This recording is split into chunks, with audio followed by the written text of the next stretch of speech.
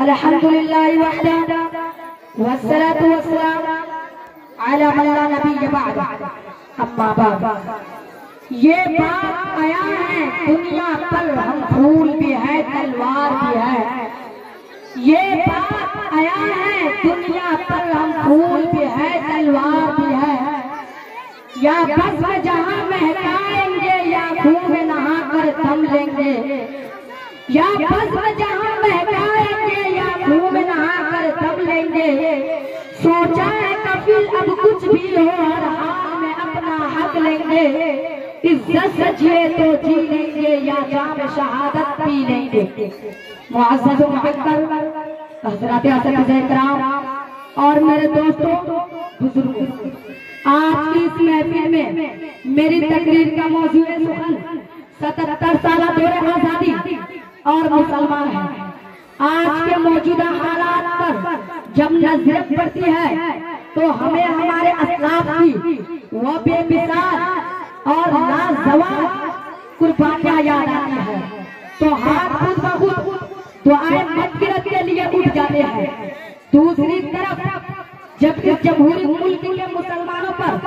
ہونے والے ظلم و ستم کے رودات اور دردناک واقعات سامنے آتے ہیں تو خون کے آنسو نکل پڑتے ہیں اور دل سے آہ نکلتی ہے۔ اگر ہمارے اسلاف کو اس کا تصور بھی ہوتا تو خدا کی قسم اس ملک کو انگریزوں کی غلامی سے چھڑانے کے لیے اتنی بڑی قربانیاں پیش نہیں کرتے۔ انہیں کیا معلوم تھا کہ جس ہندوستان کی آزادی کے لیے بالاکوٹ کی پہاڑی پر سید احمد شہید اور شاہ اسماعیل نے جان دی ہے، انہیں کیا معلوم تھا جس ہندوستان کی آزادی کے لیے شاملی کے میدان میں اور میں دیبر توپوں کا نشانہ بنے ہیں، انہیں کیا معلوم تھا جس ہندوستان کی آزادی کے لیے شیخ الہند اور شیخ الاسلام کارا پانی گئے ہیں، انہیں کیا معلوم تھا جس ہندوستان کی آزادی کے لیے شیخ الاسلام پر شوٹ کا وارنٹ جاری ہوا ہے، انہیں کیا معلوم تھا جس ہندوستان کی آزادی کے لیے دلی کی چاندنی چوک سے لے کر خیبر تک کے درختوں پر اور مائکرام کی گردنیں لٹکی ہوئی تھی، انہیں کیا معلوم تھا جس ہندوستان کی آزادی کے لیے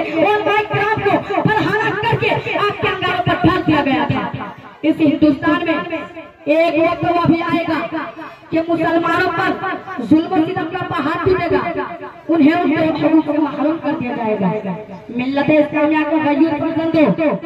اس ملک کو آزاد ہوئے 77 سال ہو رہے ہیں اور اس 77 سالہ دور آزادی میں یہاں کے ارباب اقتدار نے مسلمانوں کے ساتھ کس طرح غیر مساویانہ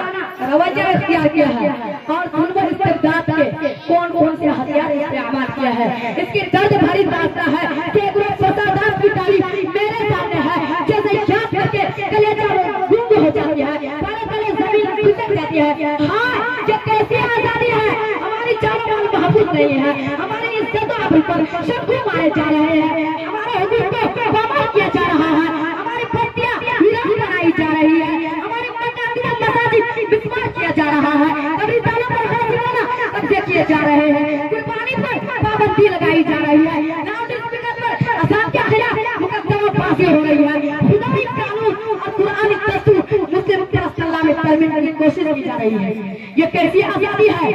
یہ کیسی جمہوریت ہے، آج ہم سے ہمارے آزادی چھینی جا رہی ہے، مسلم رسول اللہ میں ترمیم کی کوشش کی جا رہی ہے، ہمارے حقوق کو لوٹا جا رہا ہے۔ کیا اسی کا نام آزادی ہے؟ اگر اسی کا نام آزادی ہے، اسی کا نام جمہوریت ہے تو ایسی آزادی پر کل بھی لاکھ مارتے تھے اور آج بھی لاکھ مارتے ہیں۔ دوستو یہ جمہوریت کا خون نہیں ہے، یہ سیکولرزم کا مذاق نہیں ہے، دستور آزادی کے خلاف ورزی نہیں ہے کہ جمہوری ملک میں کسی کا مذہبی معاملات میں مداخلت کی جائے۔ آج آزادی ہندوستان میں یہی ہو رہا ہے، ہم سے مذہبی آزادی چھینی جا رہی ہے، ہمارے حقوق کو پامال کیا جا رہا ہے، مسلم پرستانہ میں ترمیم کی کوشش کی جا رہی ہے۔ ہم حکومت کے ایوانوں تک یہ آواز پہنچا دینا چاہتے ہیں کہ مسلمان سب کچھ برداشت کر سکتا ہے مگر مسلم پرستانہ میں مداخلت ذرہ برابر برداشت نہیں کر سکتا۔ ہم اپنی جانوں کو بھی چڑھا دیں گے اور خدائی قانون اور شریعت میں ترمیم نہیں ہونے دیں گے۔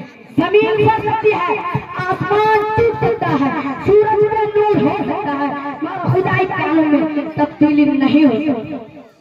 تجھے مبارک ہو حکمرانی مخالفت پر ہم بھی نہ کریں گے، تجھے مبارک ہو حکمرانی مخالفت ہم بھی نہ کریں گے، اگر شریعت پہ ہاتھ ڈالا نہ تم رہو گے ہم رہیں گے۔ وآخر دعوانا الحمدللہ رب العالمین۔